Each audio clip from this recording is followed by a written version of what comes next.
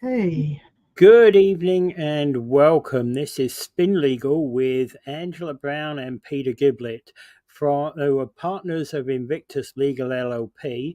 And every Wednesday night we do a feature called Spin Legal, which today, Wednesday, April 3rd, today's topic is why use a paralegal and what are paralegals allowed to do here in Ontario? okay.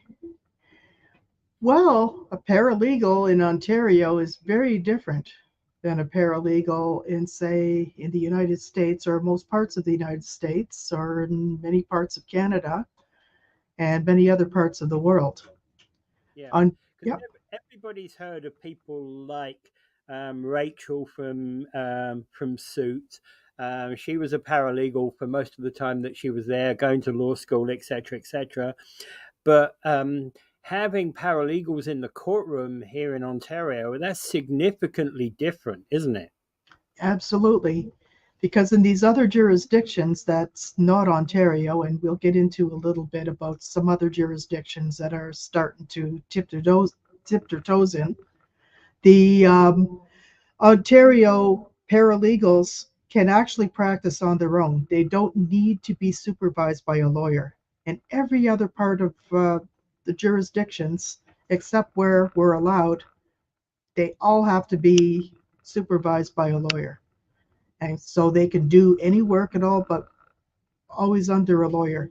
Here, there are paralegals. We have been regulated and we can have our own individual licenses, similar to, say, nurses compared to doctors.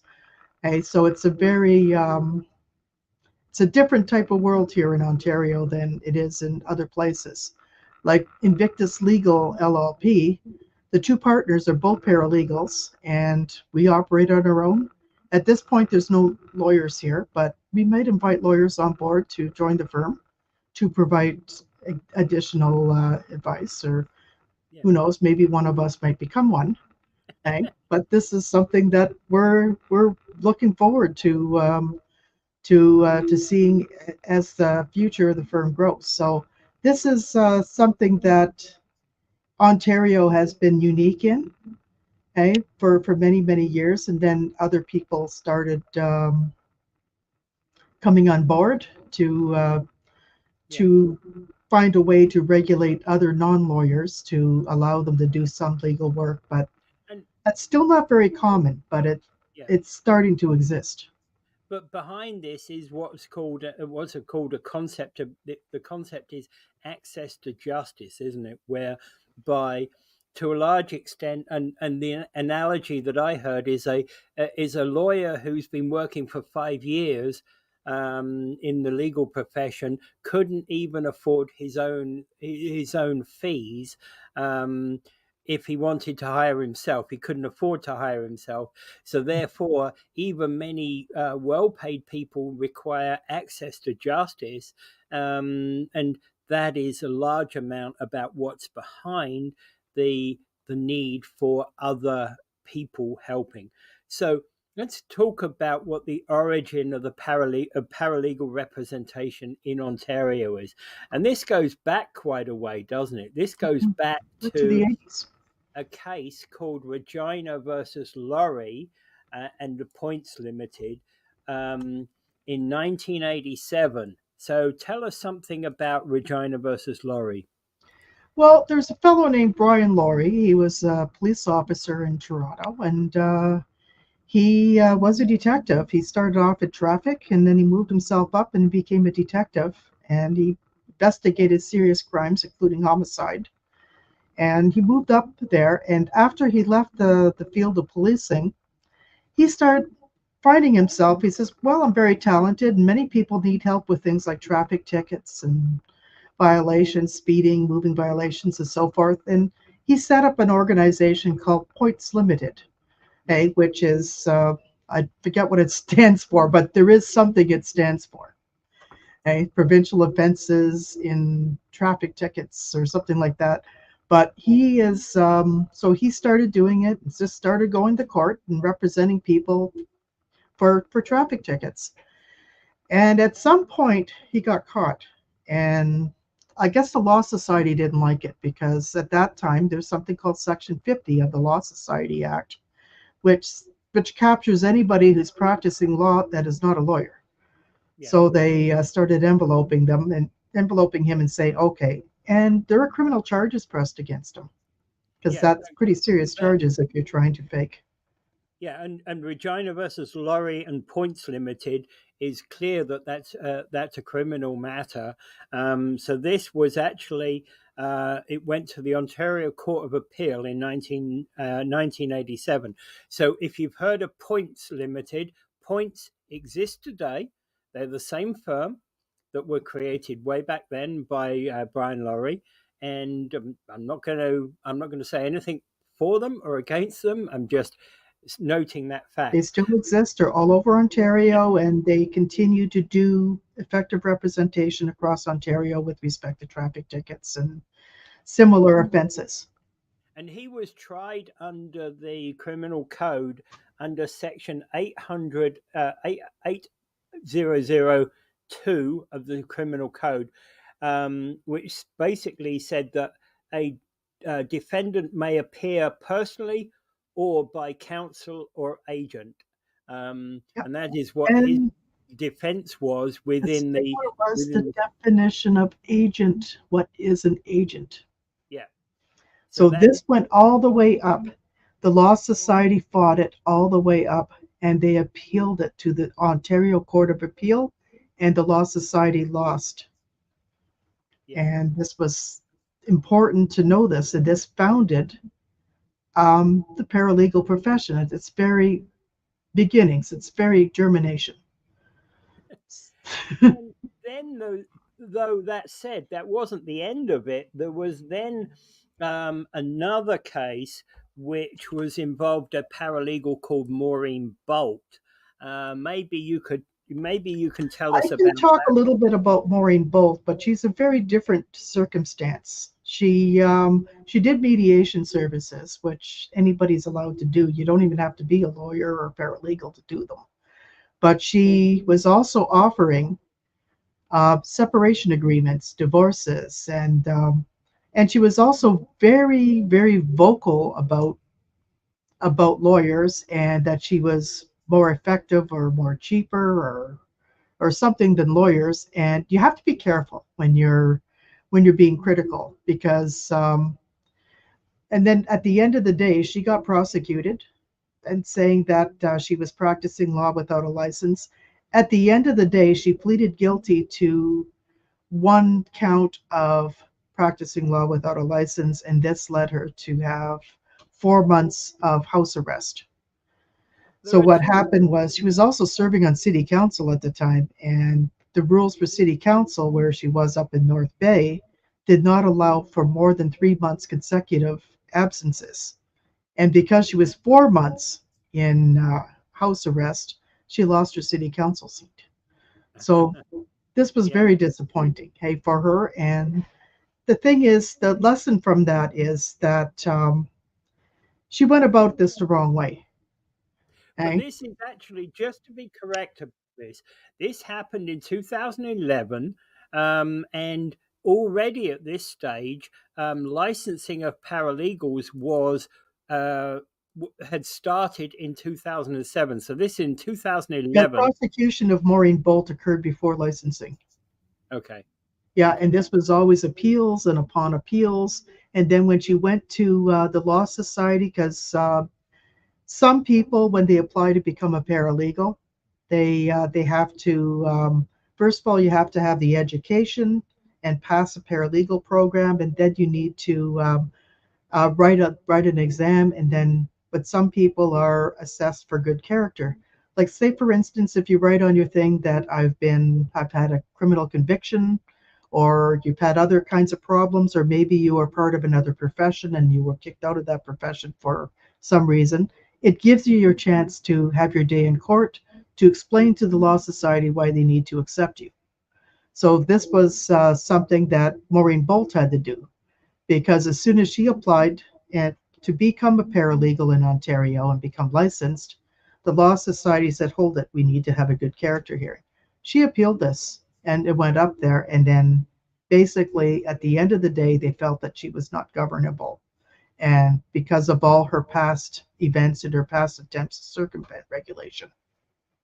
And that's a key factor, not governable, right? I've heard Yeah. that so many times when you're talking about people who facing disciplinary charges within the legal industry, both in terms of not just paralegals, by the way, both in terms of paralegals and lawyers who've been told, you know, and typically they're not going to do that just because, hey, Angela did something wrong and she misplaced 10 cents in a trust account. They're not going to And I do spend all night looking for that 10 cents. yeah, but they're not going to basically strike you off because you misplaced 10 cents in your trust account. They might There give has you to be an intentional act. yeah, For exactly. example, if you're looking at your trust account, oh, maybe I'll borrow some. I need to buy a house. Yeah, And then, oh, but I'll pay it back. You can't do that. Your trust account is not your bank account. It's not a bank. yeah. You have to be Well, very, very careful. yeah. And the point being is that there have been many instances whereby the Law Society have looked at this whole question about, you know, governability. And governability, they want to be out so long as people are, act reasonably, they consider them governable. Yeah, because the thing is, they give you a certain set of rules to practice by. Hey, how you need to deal with your clients, how you need to govern yourself before the society, how to govern yourself before the courts. So these rules are reasonable, but it gives the profession respect and professionalism. Okay. Okay, So if people are not following by those rules, it it looks bad on the whole profession. it does. It does. Okay, so let's move on to another question here that relates to paralegal representation in Ontario. What Let's have a quick discussion about the scope of paralegals within Ontario. Paralegals in Ontario can do quite a bit of things, and I think there's a lot of people who say that we can only do small claims court, handle provincial offenses, and do landlord and tenant cases. It's actually far beyond that. If people actually sat there and practiced their entire scope, there's how many tribunals are there in Ontario and federally?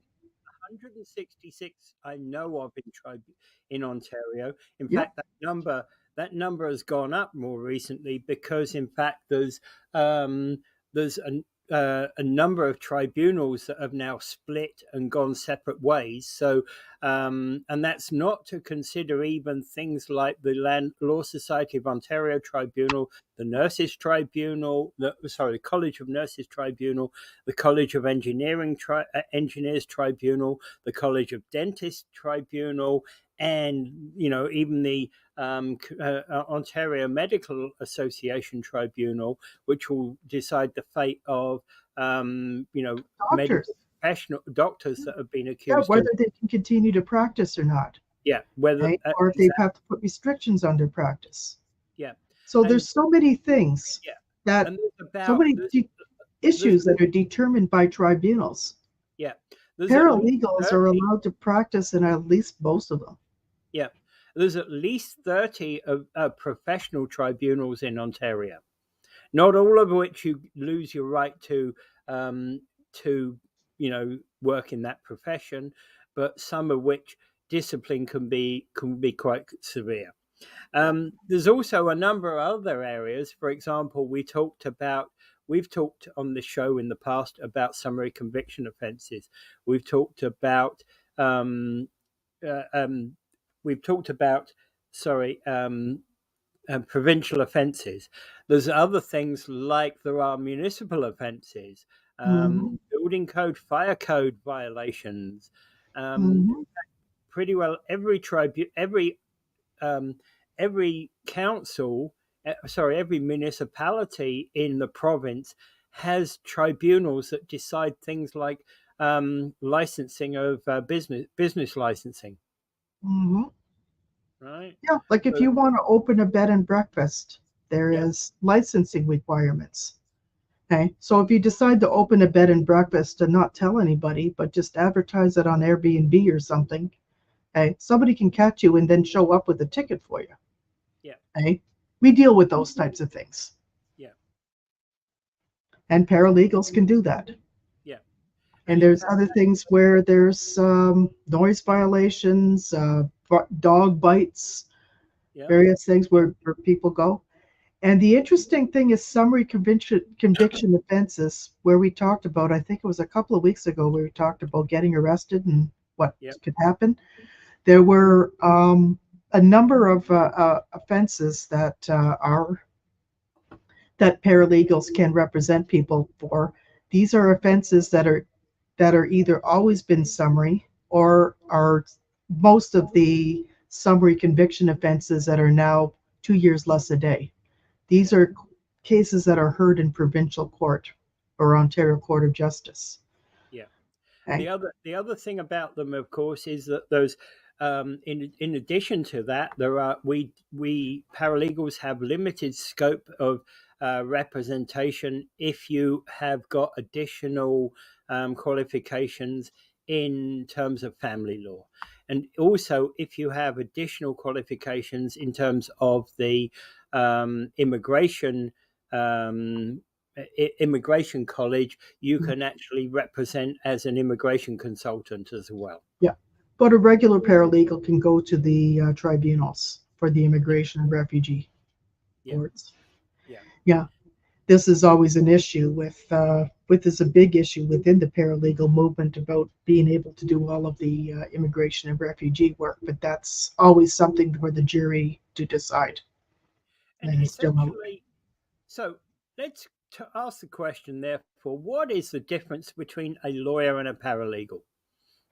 A lawyer is someone who is educated at a Bachelor of Arts level in any degree, at least by 3 years. And Yeah, then they also need to have to go to law school, get admitted to law school. They have to write an LSAT exam. Okay? They don't have to do that everywhere in every jurisdiction, but in Ontario you do. Then you apply for a law school, get admitted to a law school, and you graduate from that law school. So it's about 3 years, I believe, in law school. And then you go for some kind of bar exam or for admission, like articling, law practice program. There's various other avenues to take to get you qualified as a lawyer. And then you write your barrister exam and your solicitor exam. Okay? And essentially, lawyers are unlimited basically in Ontario. Lawyers can practice in whatever areas they want. yeah, And sadly enough, one of the arguments that we often make is that in law school, certain courses are not necessarily required for you to take in law school, like say family law or whatever. And then coming out of law school, then you suddenly have a Hail Mary moment and decide that you want to open a family law practice. You could, yeah. okay? But there's issues where And the paralegals irony may have been about trained in the same thing.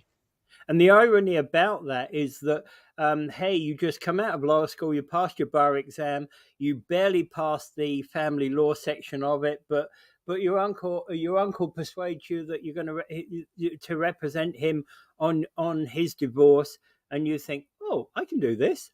Yeah, No training whatsoever in family law, yeah, but hey, specific family you're law. 'Cause family law has very specific elements in it, yeah. to learn. And it's very interesting, actually, when you look at the history of family law and how that has developed over the years.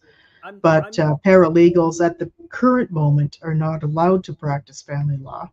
But there right. is a proposal at the table right now that's going to be developed through the Fanshawe College, where paralegals can go to school for a little bit, get that education, pass it, and then write an exam, and then they will be qualified to hold the family law specifics for their license. Yeah. And by the way, when I was suggesting when I was talking about what I was talking about, I was not having a go at lawyers. Right? No, I was no, just stating the fact of what can happen, how a lawyer can get into practice. And essentially, lawyers can practice in any scope of law, whether they've studied it or not. And typically, what will happen is most lawyers will do what are called. Most of them go towards an area of law that they really enjoy, and Yeah, or maybe at a firm that they've articled at, and then they gather a group of clients and they enjoy working that. And then sometimes they will branch out on their own afterwards and take that type of clients and maybe specialize or go into a boutique law firm and then do that type of work. if they develop into new areas of law, typically they will take what are called continuing professional development hours, and Mhm. and study that particular area of Yeah, law absolutely. And the more. same thing too is that most lawyers that I've talked to and I've worked with, and sometimes, like say I have a file that really needs to go to a lawyer, so I'll call a lawyer and I'll ask them. I'll tell them. I said, "This is a particular case. I was wondering if you wanted to take that." The lawyers that you talk to, they know if they will be competent to take that case or not. They will tell you. Okay. I says, I don't really take family cases at all. I said, Yeah, but Joe over there up on Church Street, he takes family cases all the time. yeah, So I will send you to my friend, and this is his phone number. So this is where it's responsible on the part of the lawyer or even the paralegal to only take on cases where they feel competent on or can easily become competent. And yeah. so if you've never done a landlord tenant board case before but want to learn how to do a landlord tenant case, from start to finish, you work with somebody who does this all the time. Yeah. Or in your firm, just kind of sit and observe or watch landlord tenant hearings. There's a number of ways to make yourself competent so that you can take on a particular type of case. And you learn by doing. This is why we call it practice. Yes, you practice and you get better. No, Yep. that You was what get that was better as what you go. Continuous that was quality improvement. that was what my brother used to be on his violin. You see, you practice and get. Oh. Yeah, but that's not a very small violin. Usually they're the really tiny ones. No, he played a real violin. Oh, Anyway, I see. anyway, so Yeah, the point but being, but these are very much and same as the the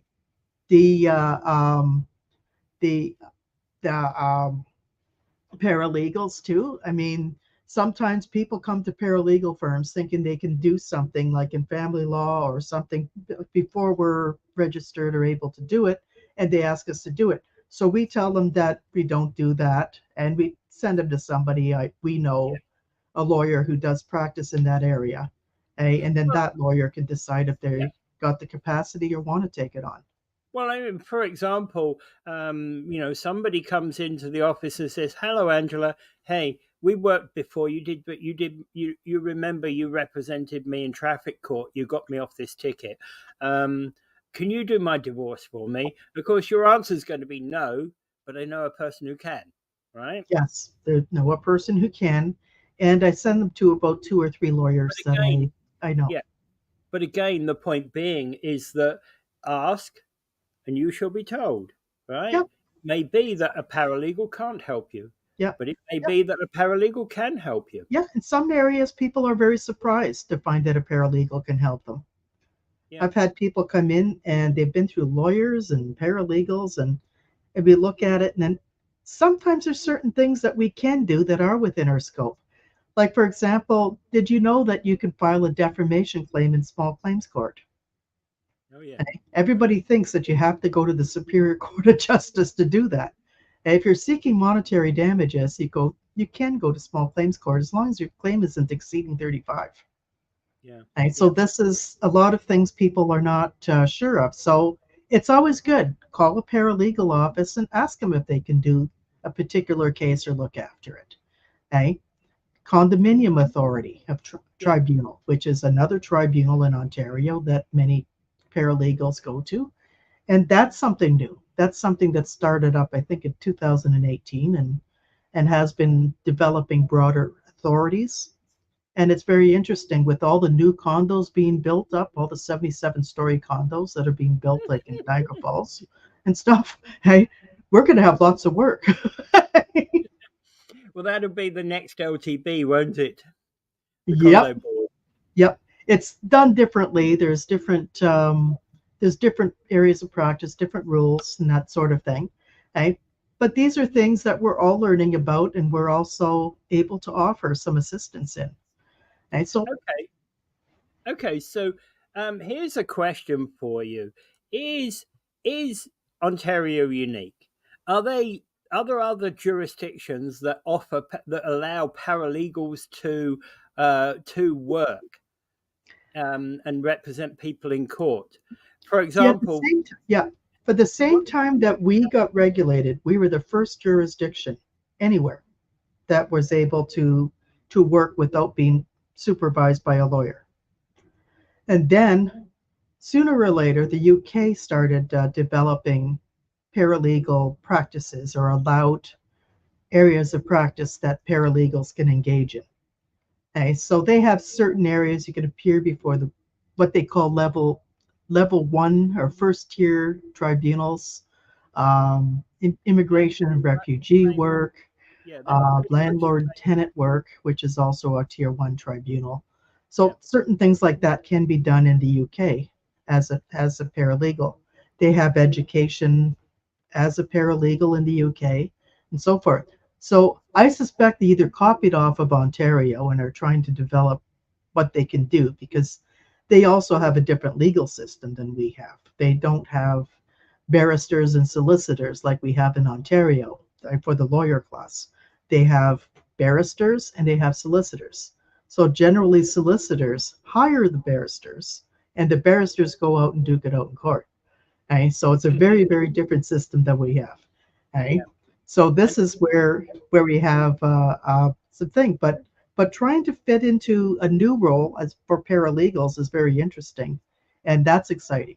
well, actually, And the one of other the area, one okay, of the questions about that is UK that I found interesting is we were looking as we were preparing for this about education areas, and hey, my bar qualifications that take me, I could go and apply today to the Institute of Paralegals in the UK, and because of my bar qualifications as a non-practicing barrister, I'm immediately a paralegal. yeah, exactly. No And passing an there's exam, and nothing. down here and in Ontario, what we do is we just develop our we just say okay, we have we go to school, we go for a 2 year program at community college. The Law Society has to approve any kind of college or private career college programs that are offered to people to become paralegals. They have to approve it. Certain things have to be taught in these courses, and they have to have certain qualifications for instructors and so forth. And then after people graduate, then afterwards people are encouraged to apply for the examination. They also have to have a placement. Then they apply for an examination. So there are some strengthening. They're continuing to put improvements into these things. Like our college program is going to be more tightened up. There's going to be more hours for paralegals in terms of off-site instructional hours, such as while you're doing a placement. There's many things that are being worked on. Okay? So these are things that are very important. So then once that paralegal graduates, they're able to apply to the Law Society for a date to sit the exam. Okay? There's a cost for that. They get sent study materials, and then they can do that. In the UK, I would imagine, is that similar in the UK, Peter? Well, UK, basically, I don't know what the. I haven't been able to find out about exactly how they do. I just know that my bar qualifications as a non-practicing barrister gives me automatic rights to be a paralegal. There are a number of other areas we were talking about that whereby um, they can qualify in a number of other ways. Um, they can deal with landlord and tenant probate, notarial activities, commissioner for oaths, etc. and they get their rights of audience under Section 12 of the Legal Services Act 2007. Yeah, that's similar here. That was a change to UK law since I left the UK. Yeah. Right? Yeah. Okay. Well, so UK was following us, and they probably saw that what Ontario was doing, because Ontario was battling it out since the 80s. yeah. And they had many reports, including Justice Peter DeCory, who was a former chief of the Supreme Court of Canada. And then they had another court with Ron Ianni, who was a law professor. And then they ended up having other types of reports that came out. Then recently there was a report by Anne Bonkalo. She used to be a justice of the Ontario court. So she produced a document that would show a pathway for paralegals to start practicing family law. So there's a number of reports that Ontario has been battling with, and this is continuing. And I'm sure we'll see many reports more until the system is fit, because these systems are constantly improving. It starts off on a certain way, but you keep adding up, changing things and that sort of thing, so that things work better for both the people in the profession as well as for the people receiving services from the profession, as well as for the regulatory bodies, so that directions are clear and guidance is clear and that sort of thing. So I find that interesting. The other jurisdiction that's recently came up, 2023, Oregon, the state of Oregon in the US. So if we have any American fans, and you live in Oregon, or you have family or friends in Oregon, there is a document that now instructs on how to license and to qualify paralegals. And paralegals work in the landlord-tenant system or in the family law system. Yep. And they're pretty well complement them. Yeah. Oh yeah. There's a lot of those. Basically those two areas are the primary areas, and if you think about it, those are the two areas whereby there's greatest demand for access to justice. You think about, the whole question about landlord and tenant, it's a big question, and there's a lot of lawyers who've been saying for many, many years, I don't want to be involved in it, right? I really don't want to be. It's too small, if you get what I mean. Or maybe it's not that it's too small. Maybe it's just something that, landlords and tenants bickering, Yeah. Or maybe they just say, like, this is a specialization. 95% of the people who are representing anybody in a landlord-tenant board, whether it's landlord or tenant, are paralegals. Yeah. There are other lawyers. There are certain lawyers in the landlord-tenant board, but I know them all by name and I can count them. And they're good. But there's just not a lot of them. And a couple of them that represent in landlord and tenant board here in Ontario are actually former adjudicators anyway. Yeah, one of them we do send potential divisional court cases to. And he's very, very good. I remember appearing before him all the time. So this is where the legal profession intersects.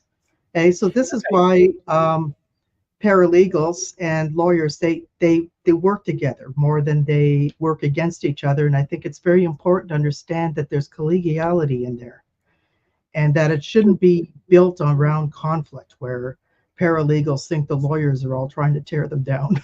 And just for clarity, okay, who can represent, who can be a paralegal in Oregon is graduates of an approved paralegal program. So they're setting up programs just like here. A graduate of a bachelor degree from a higher learning or institution, right? Or a graduate of an American Bar Association law school.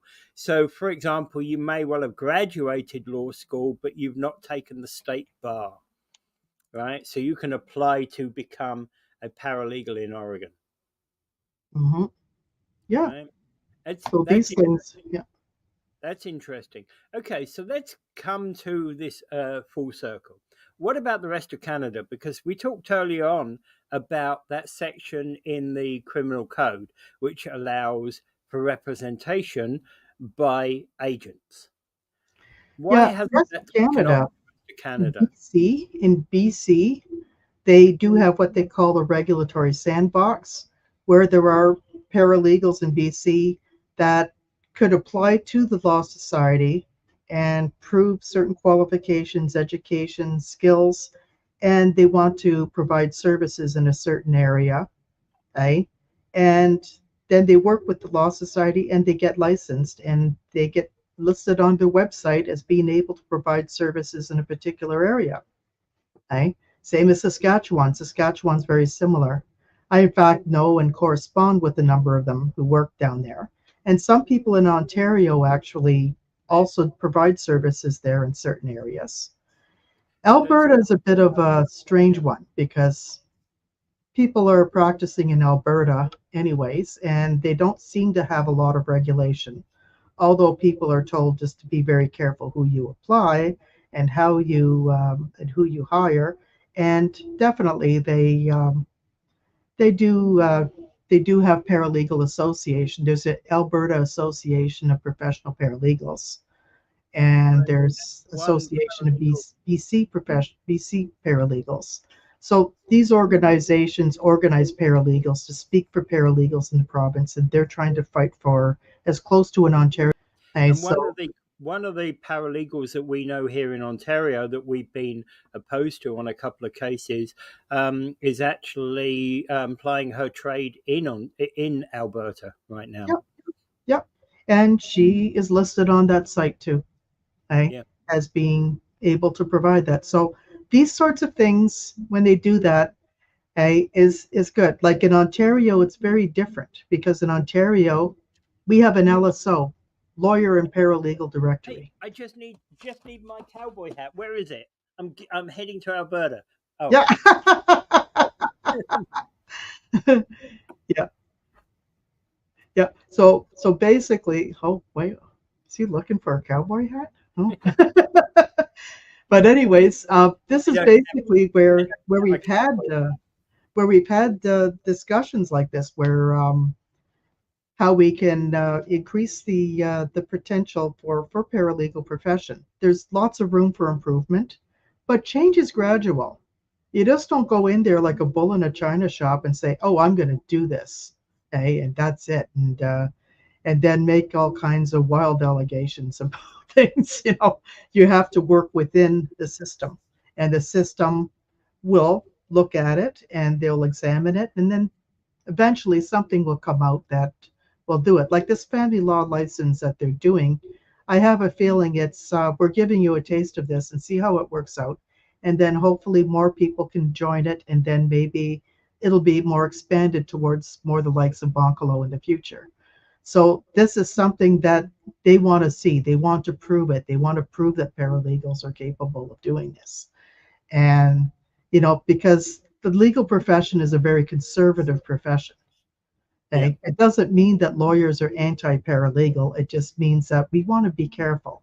We want to make sure the services that are delivered to the public are good services, are high quality services, and that are not going to be misusing the system in any way, and that people will get good representation regardless of whether you use a paralegal or a lawyer. Yep. Okay. So, in terms of, we discussed earlier on how a paralegal in Ontario can help. Any further thoughts on that? Yeah, as I said, there's various areas of practice a paralegal can help you.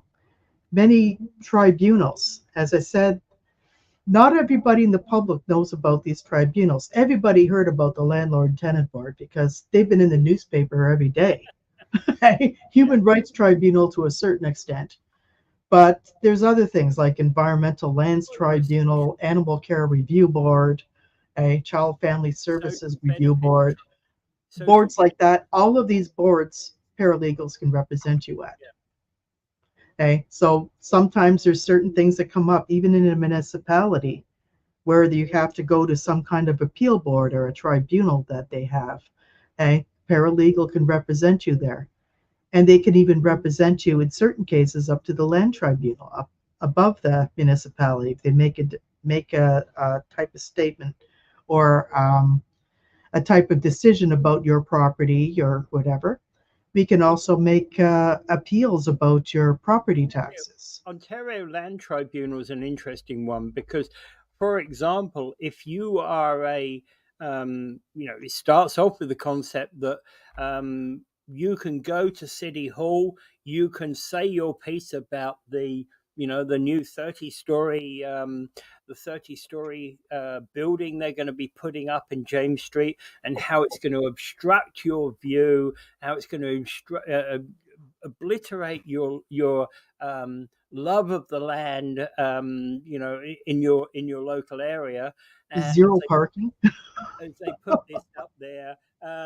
And actually, it's going to really make my street crowded because now there's no parking available in that whole unit. So now we've got to put up with their parking all over our thing. So that may well be a reason to go to an Ontario Land Tribunal to oppose the decision by the council in favour of putting up said building. Right now, And they can also make an amendment to the plan and say yeah, you better include X number of parking spaces per unit. yeah, Right? exactly. Or they can amend the size of the unit. Like you can't build, like, say, I don't think it'd be very welcome to build a 77-story condo right in the middle of a neighborhood with single family homes only.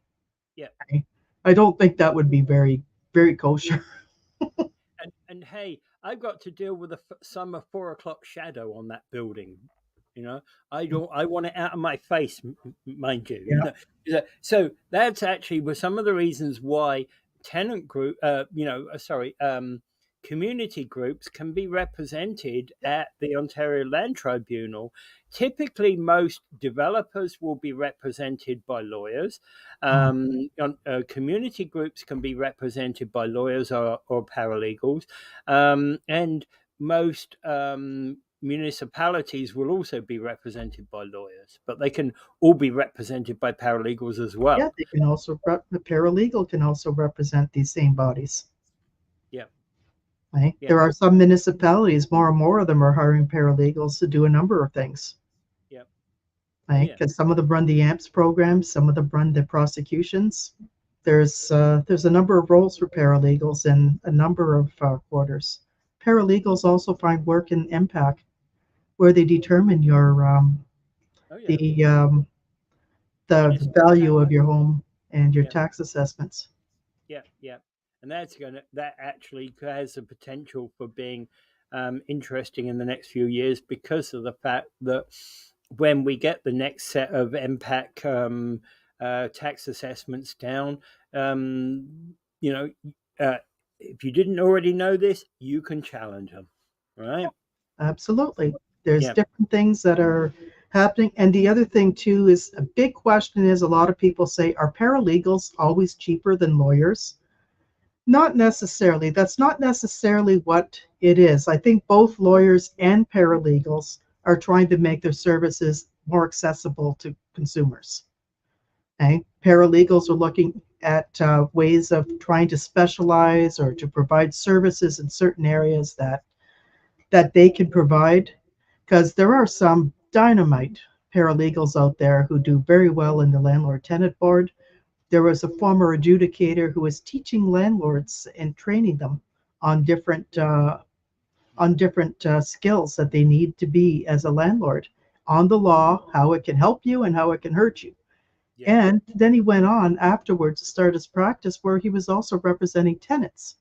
So some of these people have very good skills to offer.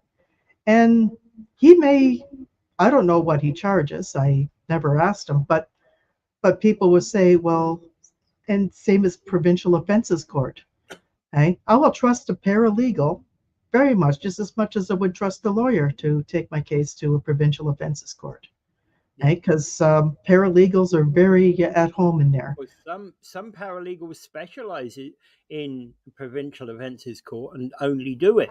Yep, We talked about points, the yep, company points, yep. way back in that 1987 decision. Well, they're still around today. They primarily deal with provincial offences, which is the PO part of that name. And then Um, there's another one called Street Justice. I like to give a plug in for my friend Eric. Right across from the yeah, Welland Courthouse in Niagara region. yeah. Hi, Eric. Yeah, Yeah, and he does provincial offenses and helps with some criminal cases as well. yeah. Very, very good. So these are people who try to work in developing access to justice solutions, and lawyers are trying to do things through different billing techniques, different practices, what we call limited scope. We do limited scope as well, where we just do part of something, like somebody might want to come in and say, I need to have some research. I'm representing myself in the court. I just want to have somebody help me do legal research on this so I can argue my cases. Okay, so you can do that. Or they can come in and they might have done all of their work ahead of time, but they're having a landlord tenant hearing coming up and they want us to do that. So these things, like, we're both lawyers and paralegals are trying to find ways to make justice services accessible to people. And it's not necessarily because we like it's not about making services cheap. It's about making services reasonable, affordable, and about delivering them in a way so that people can be able to access what they really need. Okay, so here's a great question for you. The Ontario Bar Association is the lobby group that operates for lawyers. Is there a similar thing for paralegals? There is the Ontario Paralegal Association.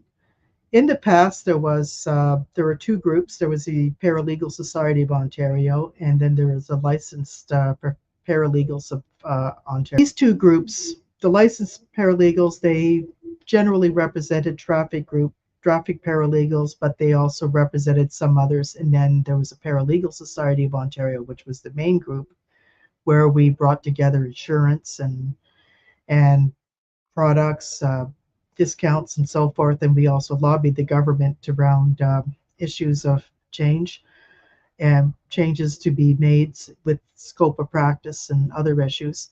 And then in 2014, the two groups amalgamated and created the Ontario Paralegal Association. The Ontario Paralegal Association is there. You just go to the web, it's up on opaonline.ca. So that would get you to the OPA website. So you can learn more about paralegals and what the association is doing. They're trying to make an effort, and it's very important, if you are a paralegal watching this, that you get involved with the professional activities. And one of the other things that paralegals can do is try to get involved in their local law associations. Okay? Most of them do not have paralegals in them, but I think until now they just didn't pay the library fees. But hey, pay the library fees, get involved. There are That, that some that's an local law associations where paralegals are on their board. So this is something where we can look to the future and make changes. That's an interesting question you said there, because I've spoken with the Lincoln Law Association, and they're having trouble meeting at the moment. But they actually want a couple of the people that are on the board right now of the Ontario of the Lincoln Law Association actually would like to have paralegals involved in the business, and the question about library fees is the only real sticking point on it. Yeah, And it's like, well, I'm sure we can come up with something that works for library yeah, fees. yeah. Work with them and develop a policy for paralegals, and paralegals can buy into it and they can join the association. These associations provide more than library access. There's Yeah, yeah. continuing professional development, there's seminars, there's networking opportunities, conferences. There's a lot of different things these associations have. And they also lobby and very important things like for courthouse funding and different things like that that are very important for maintaining the legal system in Ontario. Because sometimes they're at risk there, and we really need to have a good, strong structure, a foundation to keep our legal system running. Because we're always talking about backlogs and everything, and this is one of the things that we need to talk about. Yeah. The other question there is that in relation to paralegal groups, there are a number of paralegal groups. For example, the York Regional Paralegal Network, and there's the Niagara Hamilton Paralegal Network that we started a little while ago, but we haven't really done much with it. Yeah, we got to start getting some in-person meetings for. Yeah, and these are things that are happening across the across Ontario.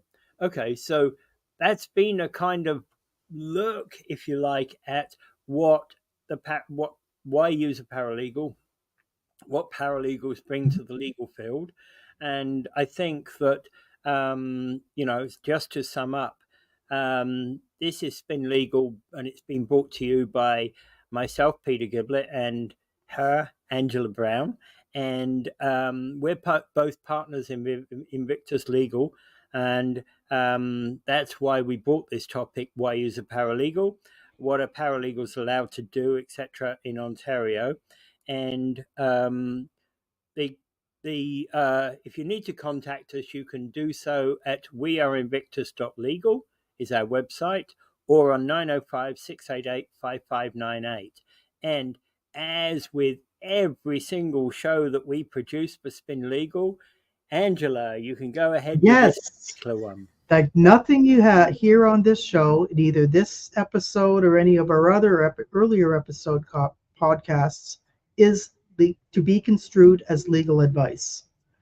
Okay, we cannot be providing legal advice on this show, even if it sounds like we're talking about a specific case or whatever. That should not be considered legal advice for you or for anybody in your family or anybody you know. If you need to talk about something like that, or if you really have some questions to ask that are very specific, you need to speak with a paralegal or a lawyer. And you can speak to Invictus if you want to talk to one of us, or you can talk to someone else that you find. Okay? But this is something that's very important: is that you want to know something about your legal rights, you need to talk to a legal professional. And just because we have talked about maybe we mentioned a landlord and tenant matter that was very similar to yours. That doesn't mean that's legal advice. That means realize that, hey, you may have rights that you didn't realize you had 5 minutes ago. Go speak with somebody, go explore what those rights are. And I urge you to pay for a professional. It's well worth it. You'll get better results. Definitely, as always. All right, so I think that is us signing out for now, and we'll come back another time, like next Wednesday. How about that? Yep, same time, same channel. Thank you, everybody.